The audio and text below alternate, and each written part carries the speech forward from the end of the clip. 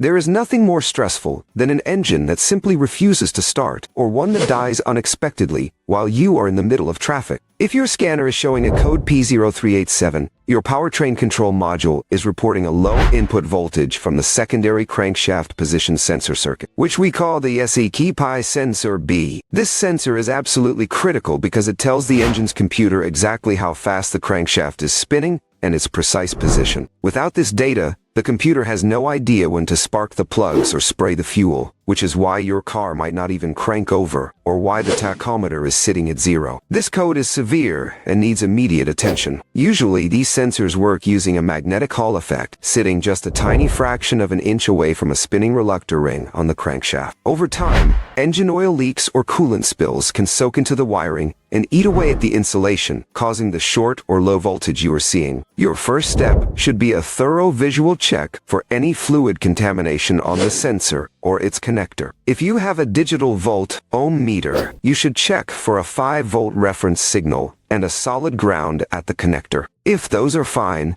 the best way to truly see what is happening is with an oscilloscope. If you see gaps or weird spikes in the wave, it could mean the sensor is dying or the reluctor ring has broken teeth or metallic debris stuck to it. Sometimes, just cleaning the tip of the sensor from metal shavings can solve the problem. But if the wiring between the sensor and the computer is damaged, you will have to repair those circuits. It is a technical job, but getting that clean signal back is the only way to get your engine running smoothly again. Would you like me to explain how to specifically test the wiring harness for a short to ground for this sensor?